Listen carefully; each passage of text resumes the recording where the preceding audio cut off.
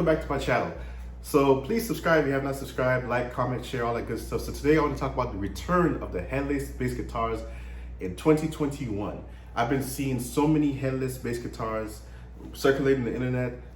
People order them from left to right. And I felt the need to talk about these because of course this is the original Steinberger bass, that headless bass guitar that was designed back in the 1980s, invented by Ned Steinberger. And it's like kind of now finally caught up, with time, and people are now accepting these basses more than ever. I know these were trendy back then in the 80s, but people are now accepting the whole concept of a headless bass guitar. Maybe not this rectangular body design, but the more like aesthetically pleasing bass guitars that are coming from companies like Federa, Michael Tobias Design, and Kiesel, just to name a few. So I've been seeing a lot of these circulating on the internet, and I want to talk about it today. So let's talk about Federa. So Federa have been making their bass guitars headless, I think since 2020. I may be wrong, but I think it's from 2020 they started. But they become very, very popular. They got their newborn gallery page on their website with all the basses that they have ever built. And I've seen a lot of headless concepts being done, a lot of different customizable options on the bass. I've seen them all the way up to 6 strings, and I just think it's awesome because it's finally caught up with time. This design been out for a minute, since the 80s, and now it's finally caught up. I think this bass was just way ahead of its time. It was already like dialing in and looking into the future, and now like the dimensions has overlapped and it's caught up, and people are really accepting these bass guitars. Again, I've seen stuff from Michael Tobias. They've done some cool stuff. 6-string bass guitars, 4-string, 5-string, really cool designs with painted tops and fades and sunburst finishes. Just really cool, aesthetically pleasing artwork. And I just again, I just want to talk about it as far as like kind of like, why are you seeing these basses back in style again? Or people are ordering these more.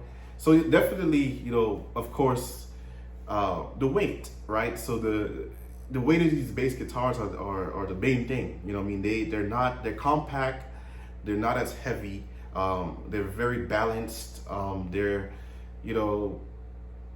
efficient as far as like you could take it on the airplane, have no issue with boarding and putting and having your bass safe with you on the plane. So I feel like that's probably what's staring people or making people want to go more towards getting these headless bass guitars, is because these kind of things. And also I was watching an interview with Matt Garrison and Federa when he was getting his built, and the whole reason why he went for it, and I think that's what kind of birthed the start of them building headless bass guitars. And it was mainly because he wanted to have a bass that was virtually not there.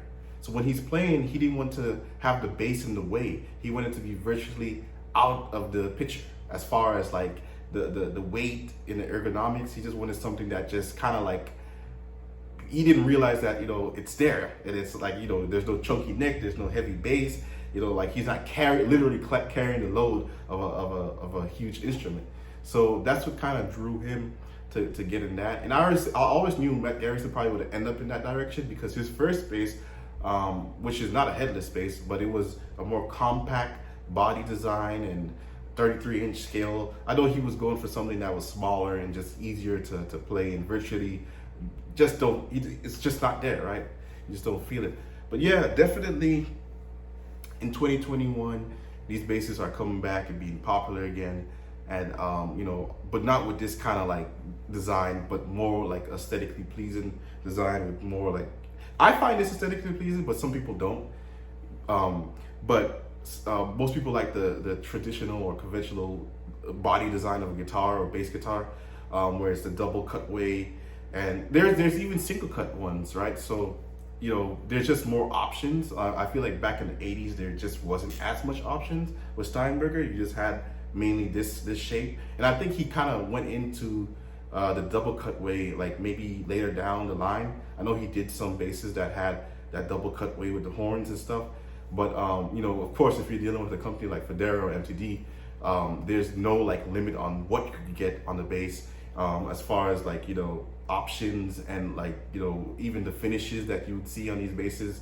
It's just crazy. It's really, really, really playable art. But yeah, I just thought I'd talk about it. I'm really happy to see these basses. I think that's what really drove me to get this one, because I always heard about the Steinberger, and I always wanted to play it. But what really kind of inspired me was when I saw a lot of these basses being built again, and knowing the fact that the Steinberger is not made out of wood per se. It's made out of carbon fiber and plastics, and it just already out the back had a unique sound when I started playing this bass, and it also inspired me to play differently. And I think that's the other thing too, is like what may be driving people to get the Headless bass is that they might want to be inspired differently. When you play the same old instrument, you kind of cap off on ideas, and you might have to find different ways to like make yourself inspired again. But when you have an instrument, like without the head, and the tuning keys down here, it makes you play differently, just organically, and you go for different ideas, and you'll be surprised of what you come up with.